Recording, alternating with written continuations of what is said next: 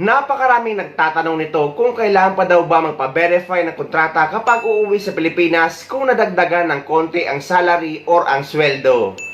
Ang sagot guys ay hindi na kailangan dahil pwede pa rin kayong mag-acquire ng UUEC exemption kung dati na kayo nakapag-verify ng kontrata at dati nang may UUEC at babalik sa parehong employer.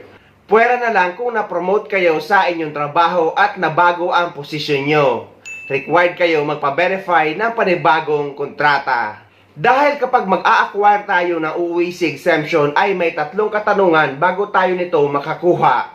Ang una ay, are you returning to this employer, to this job site, at to this position? Isa man dyan ang mabago ay kailangan nyo magpa-verify ng panibagong kontrata sa Apollo Office sa ibang bansa bago kayo uuwi sa Pilipinas. At kapag nag-no kayo sa alinman dyan, ay idadirect kayo sa POA appointment. Kadalasan naman sa atin ay yearly naman talaga nadadagdagan ng sweldo o kaya naman kada tapos ng kontrata. For example, 100 dirham kada taon or 200 dirham kada tapos ng kontrata. Sa mga benepisyo naman or sa computation ng benepisyo, ay huwag kayo mag-alala guys dahil sa kontrata pa din naman nagbabase na issued dyan sa job site nyo or sa bansa kung saan kayo nagtatrabaho under ng labor law. Ang UUEC at ang Polo verified contract kapag dating sa sweldo ay sinisiguro lang nila na dapat pasok sa salary requirements ni Polo at ni POA ang sinisweldo ng isang OFW, which is $400 or 1,500 dirham. Kaya nga guys, kapag nasa below salary requirements ang sinasahod nyo na nakalagay sa inyong kontrata, ay hindi kayo i-verify ng Polo. Pero guys, inuulit natin na kung nabago ang inyong posisyon, nabago ang inyong employer, nabago ang inyong job site, o kaya naman nabago ang company name nyo, kahit pareho pa rin ang owner, required kayo magpa-verify ng panibagong kontrata sa Apollo Office kung saan bansa kayo nagtatrabaho bago kayo uuwi sa Pilipinas. Para naman sa mga nagtatanong kung kailan pa din daw ba magpa-verify na mga first time na uuwi sa Pilipinas kahit documented OFW na. Meron akong video tungkol dyan guys na kumpletong explanation para mas maintindihan nyo na idudugtong ko sa video na ito. Guys, eto ang mahalaga na kapag na-deploy kayo sa ibang bansa as documented OFW, ay hingin nyo sa inyong agency ang password at email address ng inyong PAPSBAM account na ginamit nila sa pagkuha ng inyong UUEC kung sila ang gumawa. Dahil kagaya dito sa bagong katrabaho namin nakakarating lang galing sa Pilipinas na dumaan sa Manpower Agency at sa DMW, binigay sa kanya ng kanyang agency ang papel kung saan nakasulat ang kanyang e-registration at email at password ng kanyang PAPSBAM account kung saan kinuha ang kanyang UUEC. At dahil nga nalaman niya na ako ang gumawa ng mga PAPSBAM account ng mga kasama ko dito, ay binigay niya sa akin ang email address at password ng kanyang PAPSBAM account para i-check ko daw ang kanyang record. At nung naglagin ako sa kanyang PAPSBAM account ay okay naman lahat ng kanyang record. At makikita din ang kanyang deployment date dyan sa gilid sa My Contract. At tiningnan ko rin ang kanyang UUEC na daladala niya galing sa Pilipinas papunta dito sa Dubai. At sa pamamagitan ng kanyang pahintulot ay inacquire namin na UUEC exemption ang kanyang PAPSBAM account at nakapag-acquire kami or nakakuha kami ng kanyang UUEC exemption. At makikita sa na-acquire namin UUEC sa kanyang PAPSBAM account ay parehong-pareho sa UUEC na daladala niya nung pumunta siya dito sa Dubai. Ang kanyang pangalan, passport number, contract duration at ang agency. At sa baba naman ng agency niya is ang principal or ang employer namin dito sa ibang bansa. At sa baba naman ay nakalagay na exempted. Ito ang tanong ng karamihan, kung kailan pa daw ba mapaverify na kontrata kung first time na uuwi sa Pilipinas, kung dati ng documented OFW at nakapag-acquire na ng UUEC exemption. At wala namang pagbabago sa kontrata or employment status. Ang sagot guys ay hindi na, as long as nakapag-acquire na kayo ng UUEC exemption ay hindi na required ang panibagong Polo verified contract. Dahil pinakita ng panibago naming kasamahan o katrabaho dito na mayroon na siyang dalang Polo verified contract na binigay sa kanya sa Pilipinas galing dito sa Dubai na verified ng Philippine Embassy. Kaya may record na siya sa DMW sa Pilipinas at Polo dito sa Dubai. At yan din ang sinabi ng taga DMW sa video na ito, na 4 na klase ng legal na OFW. Ang ibig pong sabihin, may mga 4 na klase po tayo ng OFWs na umaalis sa ating bansa. No? Ang unang klase, yung tinatawag pa nating agency hire. Sila po yung hinihikayat, nire-recruit at dinedeploy ng mga ahensya na may valid recruitment license na tanging ang Department of Migrant Workers lamang ang nagbibigay. No? Sila po yung tumutulong para bigyan ng additional layer of protection ng ating OFWs. Alam po nila kung sino yung mga accredited employers, alam po nila kung sino po yung may mga valid job orders, at alam po nila yung kanilang responsibilidad para po patuloy na proteksyonan yung ating OFWs at maiwas po sa mga illegal recruiters. Pangalawa, meron po tayong tinatawag na mga direct hire. No? Yung direct hire po, ito po yung walang participation yung private recruitment agency.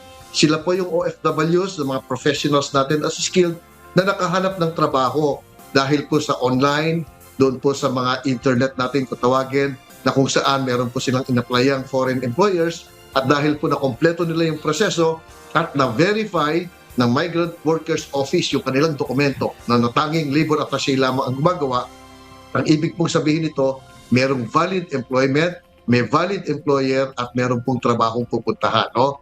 Ito po ay isang track na kung saan napaka stricto po natin kasi ang direct hire, wala pong nagmamonitor na private recruitment agency. Yung pangatlo po, yung tinatawag nating balik manggagawa o returning workers. No? Ito pong balik manggagawa, sila po yung dati nang nagtrabaho sa abroad, meron po silang valid employment contract at nagbakasyon lang panandalian sa Pilipinas at muli pong babalik sa kanilang employers. No? Sila po ay mga OEC exempt. Kung hindi po verified ang kanilang employment contract, sila po ay pwedeng magpa-verify at bibigyan po natin sila ng OEC. Yung panghuli pong tipo ng OFW natin ay yung tinatawag nating G2G o Government to Government Hires. Ang ibig pong sabihin nito, ang Pilipinas ay may bilateral labor agreement sa isang bansa, yung tinatawag nating destination country, at tanging ang DMW lamang po ang nagpe-place, nagse-select, nag-hire at nagde-deploy. Tulad halimbawa ng mga factory workers natin sa Taiwan, o factory workers natin sa Korea, o yung ating caregiver sa Japan. No? Ito po yung example ng ating mga dinedeploy as G2G workers po natin. Kung kayo naman po ay balik manggagawa, online na po ito. Kung babalik po kayo sa inyong dating pinagtatrabahuhan, meron na pong tinatawag na OEC Exemption Certificate na inyo na pong makukuha sa sarili ninyong online account sa Department of Migrant Workers. Hindi nyo na po kailangang pumunta dito sa amin dahil dire-diretso po yung pagkuha ng OEC sa inyong online account. At ilalagay ko din sa description ng video na ito ang announcement ng Polo Dubai at ng Polo Abu Dhabi na nagsasabi na hindi na required magpa-verify ng panibagong kontrata kung nakapag-acquire na ng OEC exemption at babalik lang din sa parehong employer para mabasa nyo at para may idea din kayo. But don't get me wrong guys, dahil alam ko may magre-react na naman. Hindi ako against sa Polo verified contract, kaya kung ano ang pinapatupad sa bansa, kung nasaan kayo, kung kailangan magpa-verify ng kontrata, kung first time yung uuwi sa Pilipinas, ay kailangan nyo magpa-verify. Dahil mas maiging ang magpa-verify kayo sa unang uwi nyo. Dahil sinasagot ko lang ang mga OFW na nagtatanong, lalo na't mga hindi pinapayagan ng mga employer nila na lumabas sila para magpa-verify ng kontrata or pumunta sa Philippine Embassy. May mga OFW naman na kailangan pang bumiyahe ng 12 oras at yung iba naman ay kailangan sumakay ng eroplano para pumunta sa Polo Office para lang makapag-verify. Pero isa lang guys ang pinakasigurado na kapag nakapag-verify na kayo dati ng kontrata at babalik pa rin kayo sa parehong employer at walang any employment changes, ay hindi nyo na kailangan pa magpa-verify ng panibagong kontrata kada uwi nyo. Dahil pwede na kayong mag-acquire ng OEC exemption sa inyong PAPS BAM account. At kung hindi naman kayo marunong mag-acquire ng OEC exemption, ay pwede kayo pumunta sa pinakamalapit na POA office sa lugar nyo or dumaan kayo sa POA desk na matatagpuan nyo sa loob ng NAIA. Pero kagaya sa may mga employment changes na galing sa visit visa, nag-change employer, nag-change job site, nag-change company name kahit pareho pa rin ang owner, nag-change position at yung mga nagpalit ng apelyido sa kanilang passport, visa at kontrata. Required kayo guys magpa-verify ng kontrata sa Polo Office bago kayo uuwi sa Pilipinas. Huwag kayong uuwi na walang dalang Polo verified contract kung ayaw nyo magkaproblema sa pagkuha ng inyong UWC. At inuulit ko guys na walang contract verification sa Pilipinas. Lagi yan sa Polo Office sa ibang bansa.